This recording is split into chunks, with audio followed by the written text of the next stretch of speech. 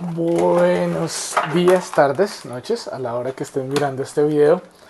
Eh, ya casi terminamos con nuestros contenidos. Hoy vamos a hablar de cosmología y la próxima vez también vamos a hablar de cosmología. Eh, vamos a empezar con un par de, ¿cómo se diría?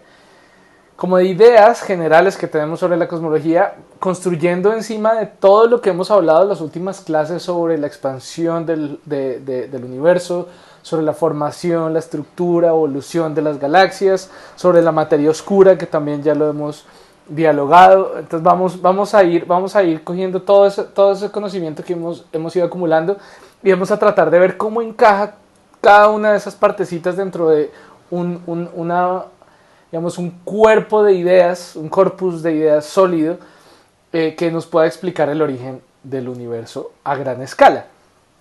Y esto es lo que vamos a llamar cosmología, esta manera de tratar de hacer de que todas estas diferentes piezas observacionales que vienen desde diferentes áreas de la astrofísica y de la física tengan coherencia y tengan sentido.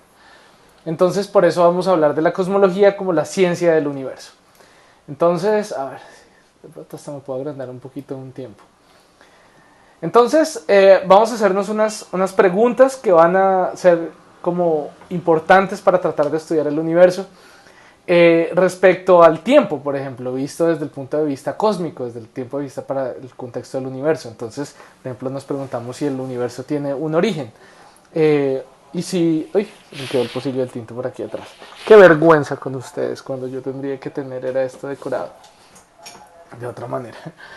¿Qué tan viejo es el universo? O si siempre ha existido. Y eso de pronto hasta ahora digamos, por cultura popular ya sabemos cuál es la respuesta a esto, pero esto, como lo vamos a ver, no fue siempre tan claro. Y otra pregunta es, bueno, ¿y cuál será el destino del universo? O sea, hacia adelante en el futuro, ¿el universo siempre existirá o tendrá un fin? Un final. Nos preguntamos, por ejemplo, sobre la energía, que es precisamente los contenidos del universo y lo que hace que haya interacciones en el universo, y nos preguntamos, bueno, ¿cuáles son las componentes que existen en el universo? ¿Cómo cada componente influencia la evolución del universo? O sea, ahora nosotros tenderíamos a pensar, no, pues el universo es materia y eso es lo que hay, pero entonces a veces pensamos, bueno, pero la luz también es importante. Entonces la luz también es parte de la, o sea, digamos, aporta a la energía del universo y nos preguntaríamos, bueno, ¿qué tanto rol tiene la luz actualmente en el universo? O de pronto eso era diferente cuando el universo era joven. Y cómo además van influenciando la evolución del universo. O sea, no solo cómo era antes, sino también cómo causa que el universo sea diferente cuando lo vemos. Y ya se nos ocurren preguntas un poco más filosóficas, pero que igual caben, que es, por ejemplo, bueno, ¿será que nuestro universo es único? ¿Será que hay otros universos? ¿Qué hace que el universo sea como lo vemos? Otra pregunta es, bueno, que a veces uno no pensaría en eso, pero bueno, ¿por qué las leyes físicas son como son? Necesitan ser como las vemos, y pues digamos ahí hay bastante espacio para la interpretación. Y bueno, otras preguntas que tal vez están más cercanas a la física de partículas y a la física de gran unificación, que es, bueno, ¿cuántas dimensiones tiene el universo? Normalmente pensamos en una dimensión como de tiempo y tres como de espacio. Y una pregunta que de hecho yo me he hecho muchas veces es, ¿será que el cerebro humano tiene la capacidad para entender estas preguntas? Llega a un punto en el cual simplemente el cerebro no da más. El cerebro humano no da más. Es bien interesante. Pero bueno, no vamos a responder obviamente muchas o tal vez ninguna de esas preguntas a satisfacción, pero vamos a intentarlo. Esa es la cosmología. Entonces, el último siglo, desde 1915, yo me atrevería a decir hasta desde 1900, desde que Planck comienza a hablar de sus ideas sobre por qué la luz es como es, por qué los objetos brillan como brillan. Finalmente podemos comenzar a utilizar la luz para estudiar las grandes escalas del universo, para poder responder todas estas preguntas desde un punto de vista científico. ¿sí? Eso no significa que no quepan otras interpretaciones, por ejemplo, interpretaciones filosóficas. Es inevitable, es inescapable y a veces, muchas veces uno de científico, de astrofísico, de físico, tiende a un poco como a rechazar, digamos, temas más especulativos. Eh, y yo tiendo a estar como en la mitad ahí de ese debate porque yo sí pienso que no es bueno llevar, digamos, debates demasiado dialécticos a la divulgación. No estoy tan de acuerdo porque es difícil mantener el sentido de realidad ante un público que no sea especializado. Pero en un público especializado sí me parece bastante saludable y bastante interesante entablar y abrir un diálogo desde la filosofía, la ciencia, eh, y pues obviamente dentro del contexto observacional de la astrofísica, para mirar cómo se pueden resolver estas preguntas y ver si nos estamos enfocando de la manera correcta. Entonces, pues vamos a hablar de algunos de estos temas, pero de nuevo, tratemos, aunque pues apenas estamos empezando por este camino, pero tratando de recordar que todo esto está fundamentado en observaciones, ¿sí? Y digamos, todo tiene, o sea, la idea es que todas nuestras ideas tienen que estar fundamentadas en observaciones, desde que estemos hablando de astrofísica, de astronomía. Siendo una ciencia tan observacional, tenemos que hacer lo máximo posible para fundamentarnos en observaciones. Eso no siempre es posible. Digamos, hay un límite, que es un límite, digamos, blando, por así decirlo, que es donde caben las hipótesis, ¿cómo se diría? ¿Cómo lo diría yo? Las, digamos, las nuevas ideas que pueden ser verificadas, pero ahí está el quid del asunto. Todas las nuevas ideas también deben ser de alguna manera o de otra verificables. O sea, digamos, si yo propongo una nueva idea que diga, no, es que resulta que nuestro universo es parte de otro sistema más grande que tiene forma de sapo. Entonces, pues decir, ok, bueno, uno puede especular lo que quiera, pero si tu hipótesis no tiene la manera de ser verificada, entonces es igual que cualquier otra hipótesis que a cualquier otra persona se le puede ocurrir.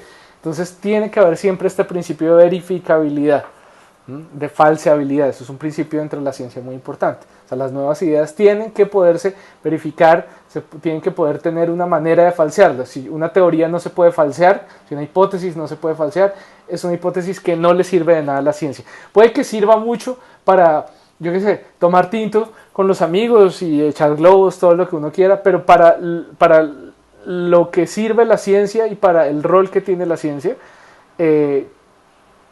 teorías no falseables que no vengan, o sea, mejor dicho, yo ofrezco mi teoría y con mi teoría tiene que venir adicional, o sea, tengo que llevar un extra, y ese extra es cómo se puede verificar que esta teoría es cierta y cómo se puede verificar que esta teoría no es cierta. Eso es lo que tiene que tener, los ingredientes que tienen que tener estas grandes respuestas a estas grandes preguntas. Entonces, bueno, comencemos ahora sí como desde un punto de vista un poco más puntual. Entonces ya vamos a hablar de la cosmología más como la observación de nuestro universo y tratar de explicar o sea, es que es curioso porque tratamos de explicar por qué el universo es como lo vemos, pero para eso necesitamos ver muy bien el universo. Entonces es como un ciclo de retroalimentación. Bueno, entonces ya habíamos hablado de que cuando miramos a los extremos más lejanos del universo, encontramos, por ejemplo, en el campo ultra profundo de Hubble, encontramos un montón de galaxias recién formadas después del Big Bang. Unos de 300 a 800 millones de años después del Big Bang tenemos estas galaxias digamos, muy antiguas, de manera que cuando miramos más allá, en distancia o en tiempo, no vamos a encontrar nada más. O sea, estas son las primeras galaxias, o por lo menos son herederas de las primeras galaxias que hubo en el universo. Y entonces nos vamos a hacer una idea. ¡Uy! ¿Qué pasó? Perdón, me volví sin querer. Eso. Vamos a analizar siempre de ahora en adelante nuestras observaciones del universo, nosotros estando aquí con nuestros satélites y nuestros observatorios. Vamos a llamar esto el universo moderno, el universo actual, lo que vemos que está aproximadamente cerca, las galaxias, y si estamos mirando ya objetos mucho más lejanos, entonces ya vamos a saber que más allá de, por ejemplo, el campo profundo, ultraprofundo del Hubble, estamos hablando de 1.000 millones de años después del Big Bang. ¿Sí? Esto es en la edad del universo, o sea, 1.000 millones de años. Billion, recuerden, en inglés significa 1.000 millones, no billón, sino 1.000 millones. 1.000 millones de años después del Big Bang, teniendo en cuenta que el universo tiene 13.800 millones de años. Hasta aquí es donde vemos galaxias. Y de ahí para atrás, no, este era el ultraprofundo, perdón. Aún más para atrás, vamos a ver que va a ser cada vez más difícil encontrar, digamos, por ejemplo, galaxias. Del campo profundo al campo ultraprofundo va a ser mucho más difícil encontrar galaxias.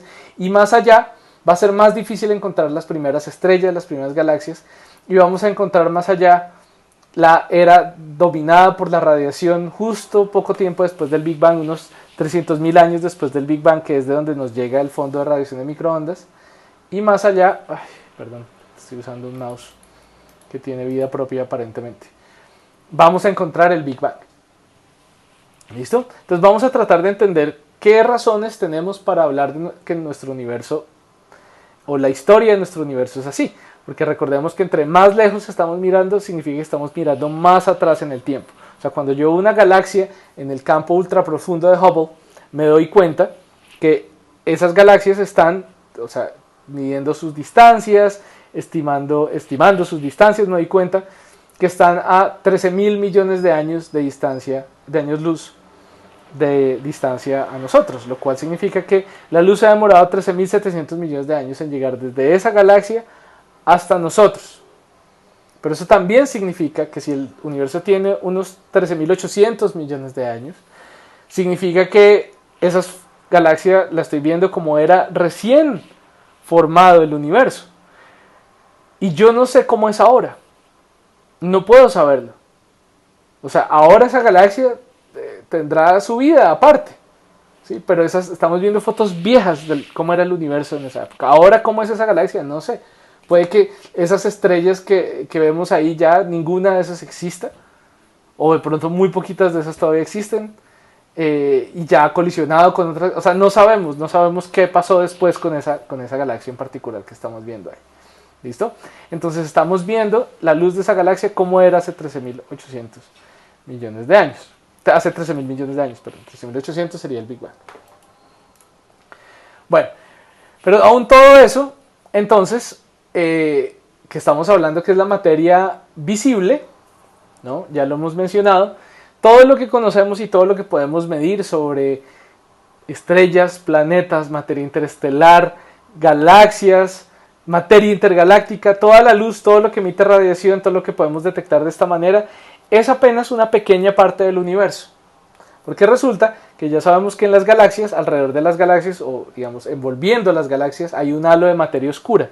Entonces, hay, además de la materia visible, que se va a llamar técnicamente la materia bariónica, la materia que interactúa con la luz, vamos a tener también la materia oscura. ¿Sí? Ya no vamos a hablar de las pruebas que tenemos de la materia oscura, porque eso está ya en nuestros videos anteriores. Pero vamos a saber que hay unas 5 veces más materia oscura que materia bariónica en el universo. Pero adicionalmente, ¿sí? Además que, digamos, consideramos la materia ordinaria, materia bariónica, y vemos unas 5 veces más materia oscura en el universo, eso no va a ser todo, sino que resulta que la mayoría de contenido de energía en el universo no va a estar dado por la materia oscura y la materia ordinaria, sino algo que vamos a llamar la energía oscura. Vamos adelante, vamos a digamos, describir un poco mejor a qué nos referimos con esto. Y nosotros estamos aquí en esta parte, la materia visible. Perdón que no tengo mi reloj. Mi reloj, ¿dónde estará? Para que no se me pase la hora. Ya no. Listo. Y entonces de la materia ordinaria del universo, tenemos que el 3.2% de la materia, perdón, de todo el contenido, eso no lo dije, perdón. Desde el punto de vista energético y especialmente visto desde la relatividad general de Einstein, la energía y la materia van a ser manifestaciones de lo mismo, del mismo fenómeno. O sea, la materia y la energía mejor dicho, es todo lo que crea curvatura en el universo. Recuerden que hemos hablado ya de esto. Entonces, materia y energía es todo lo que genere curvatura en el universo. De todo lo que puede generar curvatura localmente en el universo, el 3.2% es hidrógeno y helio. ¿Sí? El 0.3% son neutrinos, que recordemos que se generan en todas estas reacciones muy energéticas en el núcleo de las estrellas y además en las explosiones de supernova. El 0.5% está esencialmente amarrado en estrellas y planetas grandes. Y el 0.005% son lo que llamaríamos los elementos pesados, o sea, de lo que estamos hechos nosotros. O sea, es apenas una muy pequeña parte del universo. A pesar de que todo nuestro universo actualmente, cotidianamente es eso, es apenas una muy pequeña parte. Bueno, la pregunta es si el contenido de materia, energía del universo siempre fue igual. La respuesta es no. O sea, ¿cómo cambió el universo desde que era un punto, una singularidad, como se conoce en este contexto, a como es ahora con galaxias regadas por ahí? Entonces el universo, obviamente, si tuvo un inicio y toda la materia estaba condensada en un punto, entonces toda esa materia tenía que estar en un estado muy denso, ¿sí?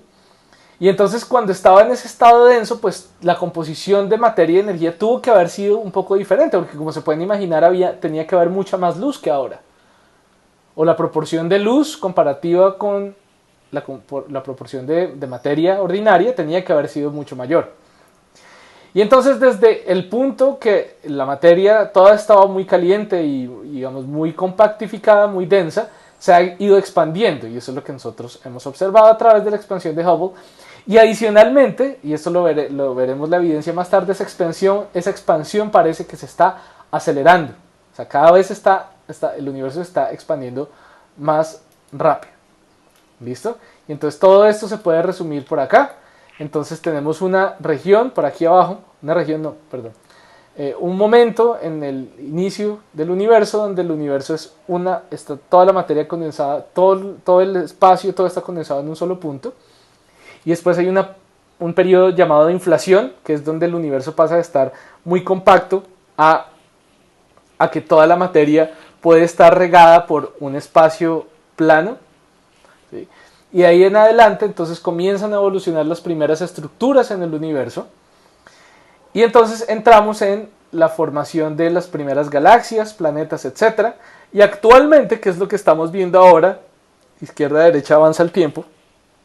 Lo que estamos viendo con nuestros satélites, nuestros observatorios espaciales, es que hay en este momento una expansión del universo que es acelerada. Antes, hasta ahora, o hasta hace relativamente poco tiempo, o sea, hablando en escalas de tiempo cosmológicas, el universo se ha ido expandiendo de una manera suave, constante en el tiempo, pero ahora parece que esa expansión se está acelerando.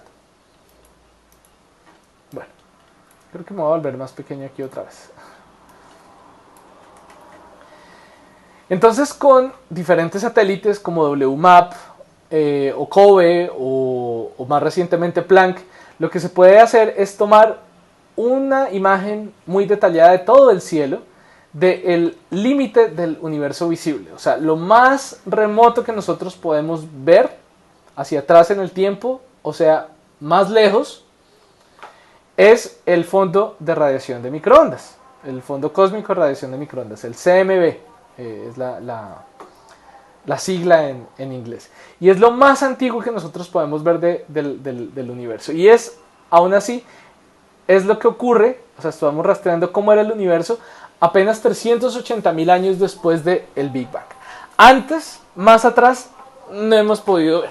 Y curiosamente, desde aquí, desde este momento, hasta la formación de las primeras galaxias, o las primeras generaciones de galaxias, tampoco hemos podido ver casi nada. O sea, lo que podemos ver es, si comenzamos a mirar hacia atrás en el tiempo, o sea, más lejos y más lejos y más lejos, que es lo mismo, vemos galaxias, cuásares, cada vez más cuásares, más cuásares, más cuásares, después menos, menos, menos cuásares, menos galaxias, y después ya no vemos nada. Y más atrás, más atrás, más atrás, más atrás, más lejos, encontramos entonces el fondo de radiación de microondas. Pero entre el fondo de radiación de microondas y las primeras galaxias, todavía no hemos encontrado nada. Ya vamos a ver por qué, eso tiene su explicación en parte, pero ya vamos a ver por qué. O sea, estamos hablando que las primeras galaxias, 400 millones de años después del Big Bang, más o menos, y esto es 400.000 años. O sea, de 400.000 años hasta 400... ¿qué? No, esperen a ver, me equivoqué. Esperen, 13.800, 3.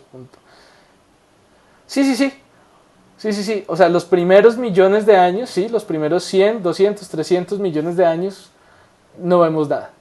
Desde 380.000 hasta 380 millones, no vemos nada. Bueno, y entonces lo que vamos a hacer es que vamos a mirar cómo es esta luz del fondo de radiación de microondas y cómo también fluctúa, o sea, cómo no es tan uniforme, o sea, es uniforme en el sentido que la temperatura promedio en cualquier dirección que yo mire es constante, es 2.7 Kelvin, 2.73 Kelvin, si no estoy mal. Pero va a tener unas pequeñas fluctuaciones. En algunas partes va a estar un poquito más caliente y en otras partes va a estar un poquito, o va a estar más, o más bien, va a ser más, sí, va a estar un poquito más caliente o un poquito más frío, pero solo unas pequeñas fluctuaciones. Y eso pues va a dar cuenta también de otras cosas que vamos a ver más adelante.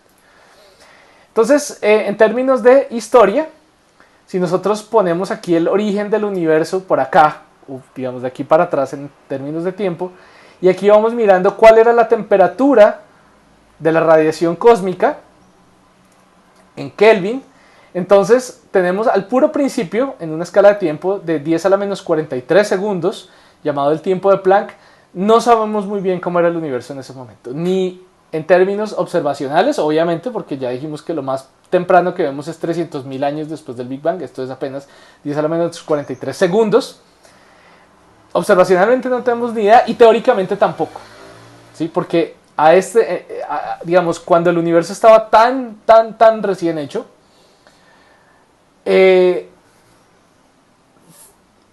digamos, los efectos de la mecánica cuántica y los efectos de la relatividad general tenían que haber funcionado al tiempo. Y no tenemos una teoría, digamos, aceptada que nos dé cuenta de cómo era el universo en ese momento. Entonces, no sabemos.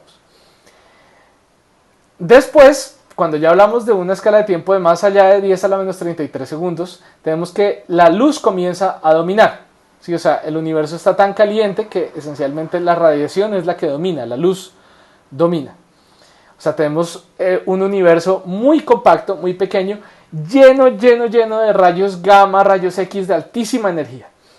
Y los rayos gamma y rayos X tienen la particularidad que, claro, desbaratan la materia, son capaces de desbaratar la materia, pero si el universo se va expandiendo, entonces el universo se va enfriando y entonces puede haber suficiente espacio para que un fotón de muy alta energía genere algo que se llama una producción de pares, o sea, que produzca los primeros protones, los primeros antiprotones, la primera materia y la primera antimateria, y más adelante los primeros electrones y los primeros positrones, y después esos electrones y protones que quedan al principio forman los primeros átomos, y después de formar los primeros átomos formamos las primeras galaxias, las primeras estrellas, y aquí llegamos a hoy, a 10 a la 17 segundos después del Big Bang. Esta escala está muy compacta, como se pueden dar cuenta.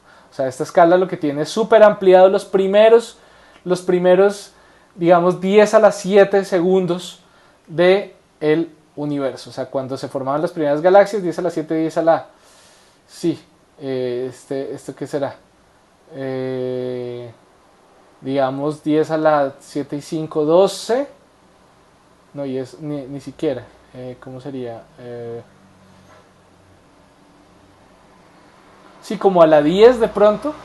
10 a la 10 segundos, cuando se forman las primeras galaxias. Está toda esta historia del universo acá. ¿Listo?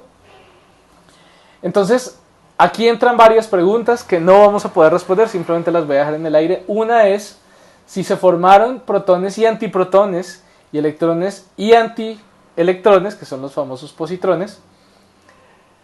¿Por qué tenemos mucha más materia que antimateria en nuestro universo actual? Eso realmente no lo sabemos en este momento. Eso no quiere decir que no debería existir la materia, ni tampoco quiere decir que toda la antimateria está en alguna otra región diferente. O sea, que tenemos un universo de materia y que debe haber otro universo de antimateria. Eso no es lo que significa. Lo que significa tal vez es que el universo tiene ciertas simetrías que favorecen más la creación de materia que de antimateria, por lo menos en estas condiciones originarias. No sabemos exactamente qué es, qué puede ser ese efecto, pero seguramente habla de un rompimiento de simetría en el universo temprano. ¿Listo? Y si T es igual a 0 es el inicio del universo, cuando hablamos de 10 a la menos 8 segundos, o sea, por acá, antes de que es la época donde domina, antes de, digamos, tan pronto la radiación, digamos, comienza, o el universo tiene un tamaño lo suficiente para formar la primera materia, los primeros protones, antiprotones, digamos, energía coagulada, por así decirlo.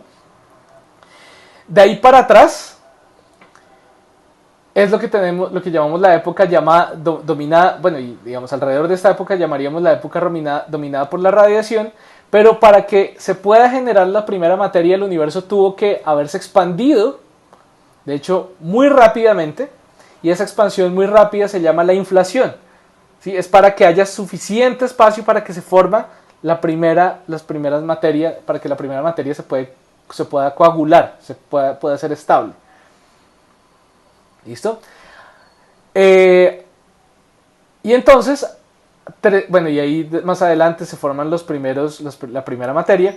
A 300.000 años se forma el primer hidrógeno neutral, o sea, ya la temperatura del universo baja lo suficiente para que no tengamos protones y electrones a toda velocidad por ahí andando, sino que ya puedan unirse y podamos tener entonces átomos de materia real, hidrógeno.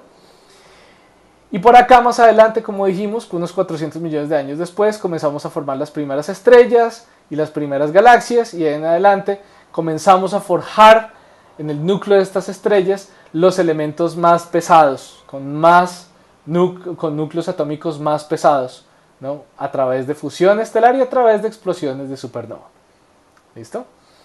Y de ahí en adelante, ya cuando pasan los primeros 1.000 millones de años, entonces ya comenzamos a formar las primeras galaxias, digamos, modernas, que son las que podemos observar a través del campo, por ejemplo, ultra profundo de Hubble, las primeras galaxias.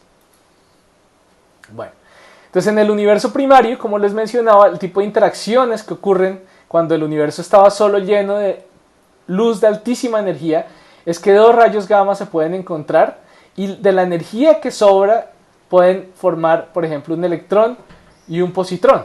Pero asimismo el electrón y positrón se pueden después recombinar para formar luz.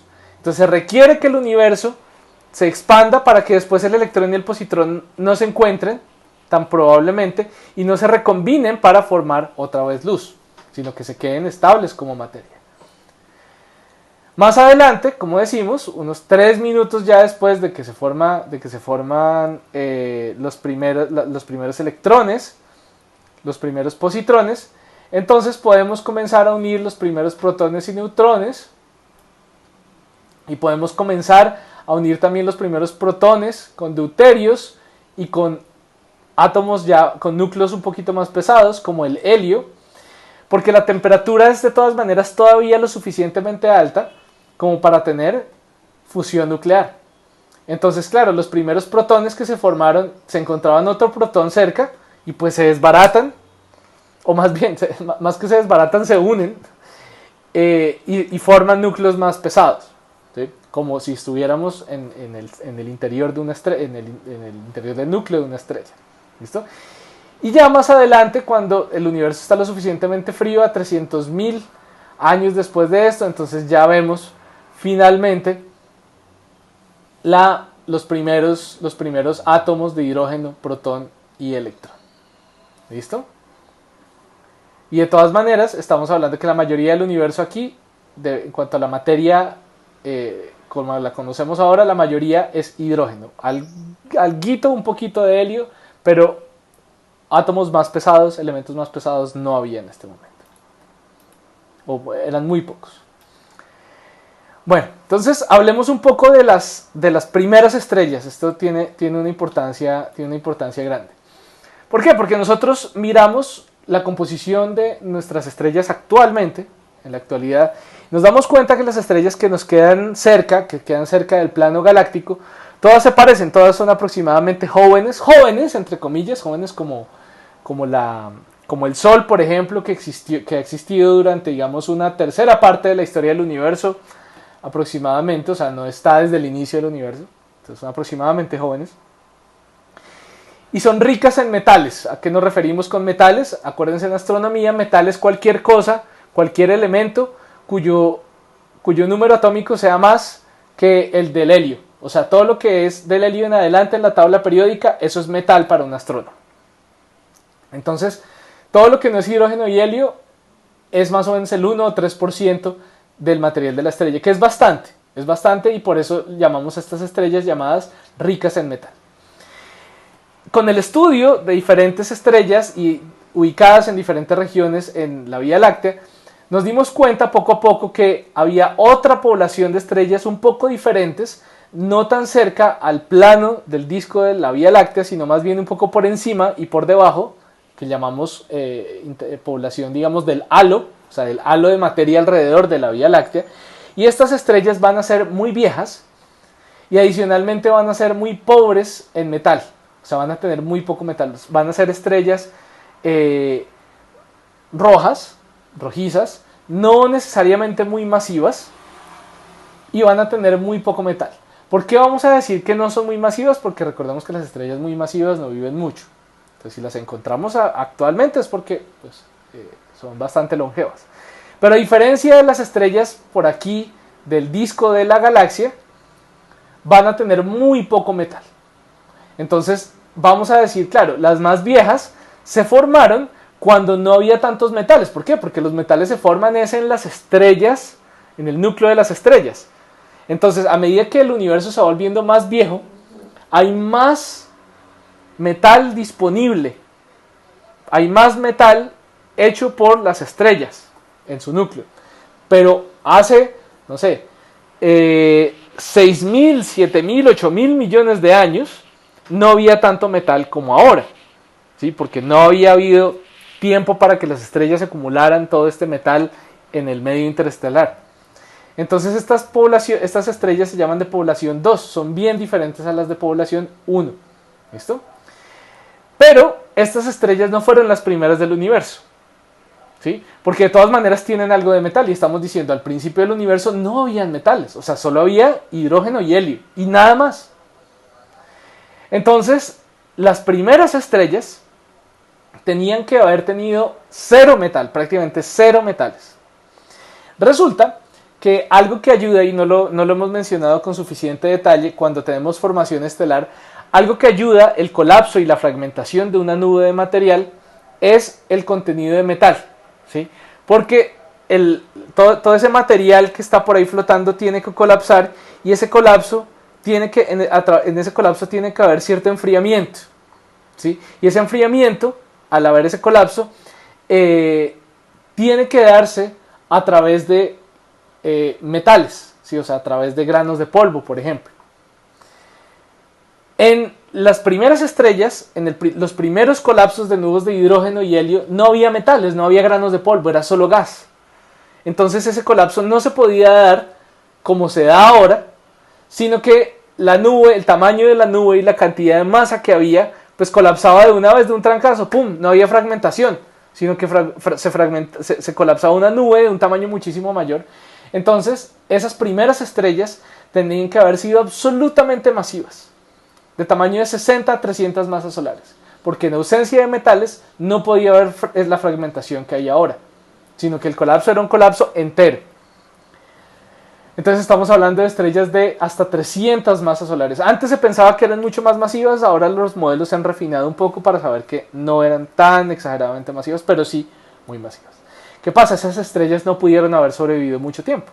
O sea, tan pronto yo cojo ese material y lo colapso y tengo una estrella de 300 masas solares, esa estrella se pone a unas temperaturas, su núcleo se pone a unas temperaturas altísimas y comienza a generar metales a lo que da, hasta que eventualmente explosión de supernova. ¿Sí? O sea, ya se desbarata esa estrella por su propia actividad. Entonces esas estrellas no pudieron haber sobrevivido mucho. Y por esa razón no las hemos detectado hasta ahora. Ha habido algo de evidencia en algunas de las primeras galaxias, de las galaxias más viejas, de evidencia de estrellas de la llamada población 3. Pero actualmente en nuestro universo actual no existen. No existen porque no hay las condiciones para que se formen como se formaban en el universo primario. Y esto es un área de investigación muy activa, tal vez no muy masiva, pero sí muy activa todavía, la búsqueda de las primeras estrellas del universo, porque estas muy viejas no fueron las primeras fueron bien diferentes. Entonces, obviamente me toca ir al universo muy antiguo, las primeras galaxias, las más débiles, obviamente eso dificulta mucho encontrar ese comportamiento en las primeras galaxias, pero parece que hay evidencia de que se han encontrado. También hay especulaciones que indican que tal vez las estrellas más viejas de población 2 son ex estrellas población 3. O sea, tal vez estrellas que, digamos, sobrevivieron su primera etapa de formación, tal vez a través de eyección de material, pues se quedaron, su masa disminuyó muchísimo, y a través del contacto con el medio interestelar se han ido enriqueciendo en metal de a poquitos, y eso explica algunas de estas estrellas que tienen muy poquito metal, pero también son viejas. Pero pues eso no solo pues son hipótesis. Bueno, continuemos. Entonces les mencionaba que desde la época que nosotros podemos ver aquí, cuando teníamos los primeros, lo que se llama la época de recombinación, que es cuando los primeros electrones con los primeros protones se comenzaron a unir para formar hidrógeno. Entonces, ahí, con la formación de los primeros átomos de hidrógeno, entonces los átomos de hidrógeno comienzan a comerse y a absorber absolutamente toda la luz que había por ahí. ¿Sí? Por eso decía que desde el fondo de radiación de microondas, cuando protones y electrones iban solitos cada uno por aparte, ¿sí? Y digamos, yo podía ver cómo estaba emitiendo toda esa materia, cómo era todo ese contenido de luz en el universo muy primario, y puedo medirlo, como lo vamos a ver más adelante con detalle, el fondo de microondas. Cuando se forman los primeros átomos de hidrógeno se comienzan a comer toda esta radiación.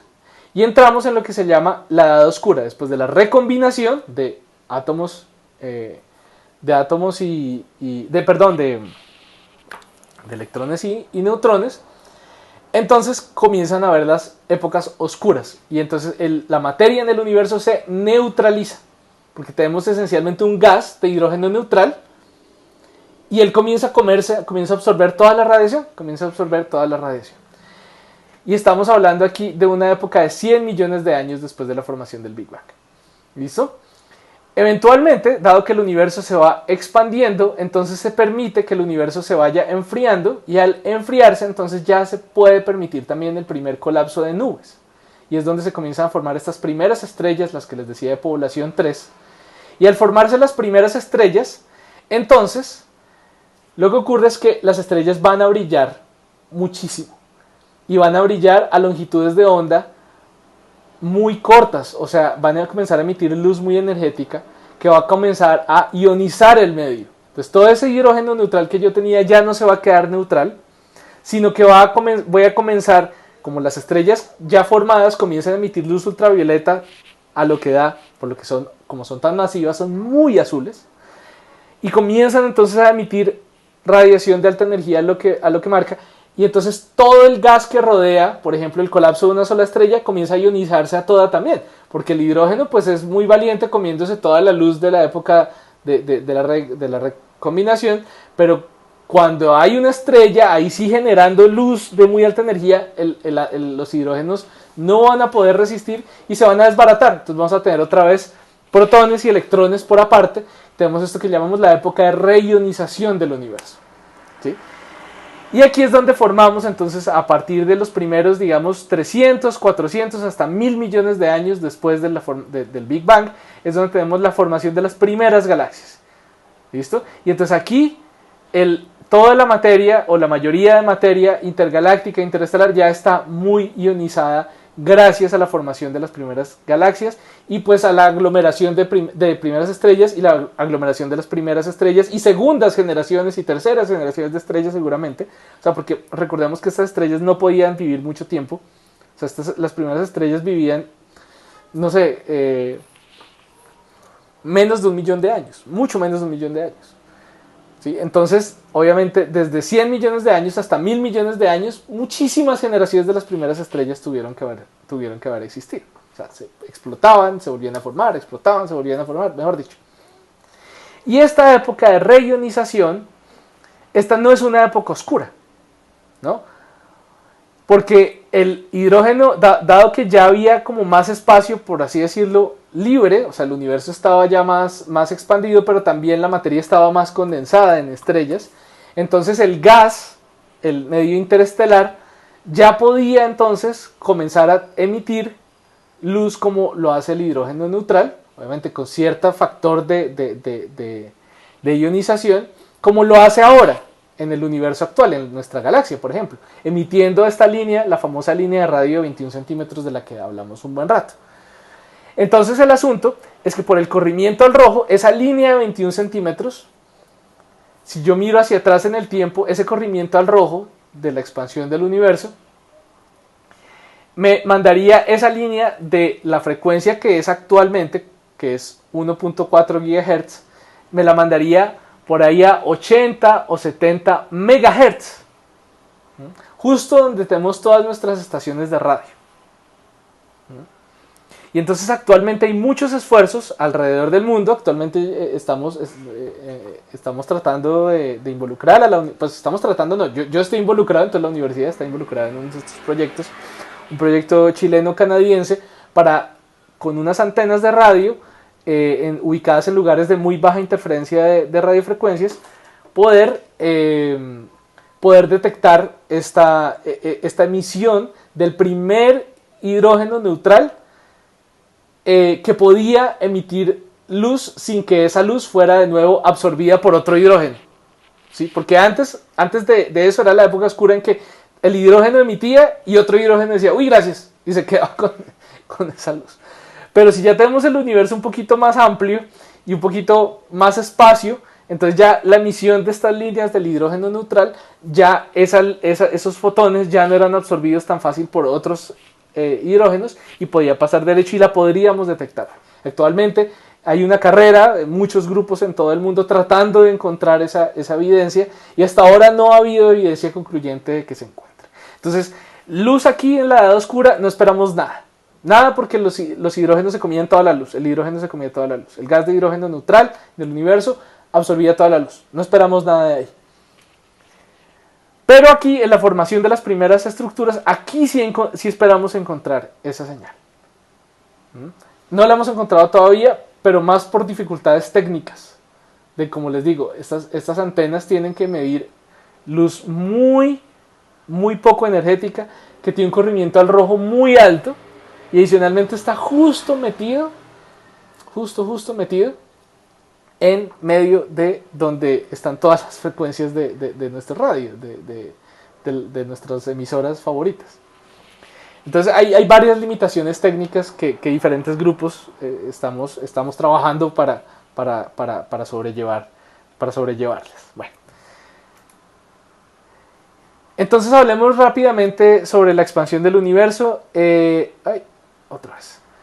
¿Listo? Resulta que nosotros vamos a hablar de un tamaño aproximado del universo, que es un factor o como se conoce más bien un factor de escala, que es como el tamaño aproximado, o más bien una medida representativa de la distancia entre diferentes galaxias o diferentes puntos en el universo, ¿sí? Como medido según la ley de expansión de Hubble, ¿no? Que eso es algo observacional. Entonces, si nosotros echamos de para atrás la expansión de Hubble, o sea, hacemos lo contrario a ver, bueno, ¿cómo se va a expandir el universo? No, si el universo está expandiendo, entonces echamos de para atrás la película en el tiempo a ver qué pasaba originalmente. Entonces, si yo quiero mirar cuando el universo tenía un tamaño, digamos, de 10 a la 10 metros, ¿no? Estamos hablando de un tiempo de 10 a la menos 35 segundos después del Big Bang, ¿sí? Pero si solo me confío en la expansión de Hubble, como la conozco ahora, entonces no voy a llegar a la condensación de cómo estaba realmente el universo cuando estaba recién formado. El universo cuando estaba recién formado estaba mucho más compacto. Entonces de ahí a que viene lo que llamamos el modelo inflacionario, que dice el universo al principio, en tiempo cero, entre comillas, se comienza a expandir sobre sí mismo. Recuerden que el universo no se expande dentro de nada más, se expande dentro de sí mismo, pero con todo su contenido de materia y energía, bueno, en este caso solo energía, y se expande, pero más adelante se vuelve plano. Y en este proceso de volverse plano, o a este proceso de volverse plano, lo llamamos la inflación, ¿sí? Y es la evidencia de la inflación lo que hemos estado persiguiendo durante, digamos, como estamos tratando de generar un modelo que nos explique, que nos una todas estas observaciones para poder tener una idea de cómo era el universo en esa etapa. ¿Listo? Claramente, al inicio, y esa es como una de las explicaciones que hemos hablado del Big Bang, si yo veo que todo el universo está aproximadamente a la misma temperatura, o por lo menos el fondo de radiación de microondas está toda a la misma temperatura, independientemente de donde yo mire, significa que originalmente todo el universo estuvo en contacto térmico. Pero si en algún momento todo el universo estuvo en contacto térmico, significa que también estuvo en contacto causal, ¿sí? O sea que efectivamente cualquier región estaba conectada del universo, cualquier región del universo estaba conectada con cualquier otra región del universo por aquí antes, por aquí atrás. De manera que si yo iba a la velocidad de la luz, yo iba a poder, o a menos de la velocidad de la luz, dos puntos podían estar fácilmente conectados. Pero cuando llega la etapa de inflación, entonces ahí es cuando comenzamos a separar, como se llama, hacer esa separación causal del universo. O sea que ya dos regiones no necesariamente están conectadas causalmente, ¿sí? Que no estén conectadas causalmente significa que algo que ocurre acá no va a afectar instantáneamente algo que ocurre acá, sino que voy a tener que mandar un fotón para comunicarle, oiga, estoy acá. Entonces mando un fotón y el fotón se demora un ratito en llegar y este dice, ah, ok, hola, ¿cómo estás? Y mando otro fotón de vuelta a la otra región. Y ahí es porque estamos tan separados que estamos causalmente ya desconectados. Pero originalmente el universo tuvo que haber estado todo causalmente conectado. Entonces, ¿cómo pasamos de causalmente conectado a causalmente desconectado, que es como tenemos el universo actualmente? Lo explica entonces el modelo inflacionario. Bueno, la idea de la inflación es que durante un periodo de inflación muy rápida, que es una expansión muy rápida, con una pendiente de expansión, o sea, de qué tanto se está ampliando el universo comparado con el tiempo. Entonces yo me imaginaría como una hormiguita en un globo, y esa hormiguita en el globo comienza a ver que el universo primero, o su universo, que es este globo, es muy curvo. Eventualmente se da cuenta que llega a ser muy plano. ¿Listo? Y esta sería una analogía para cómo sería la inflación del universo. ¿Listo? Entonces voy a dejar aquí unas preguntas, por si acaso, para que las piensen. ¿Qué tanta más materia oscura hay que materia ordinaria en el universo? ¿Se acuerdan? Ese número yo lo dije. Piénsenlo. La respuesta es 5. 5 veces más materia oscura que ordinaria en el universo. Y recordemos, más o menos la Tierra ha estado durante ¿qué fracción de la historia de tiempo del universo? ¿Un décimo? ¿Un tercio? ¿Un medio? ¿Dos tercios? La historia del universo, recordemos que la Tierra existe hace 4.800 millones de años, el universo tiene 13.800 millones de años, 3 por 4, más o menos, 12. Efectivamente es un tercio. Aproximadamente, ¿no? Números muy aproximados. Bueno, lo que viene después es las observaciones que nos hacen pensar en que todo lo que acabo de decir es cierto. Que no me lo inventé. Pero bueno, eso ya es el próximo tema.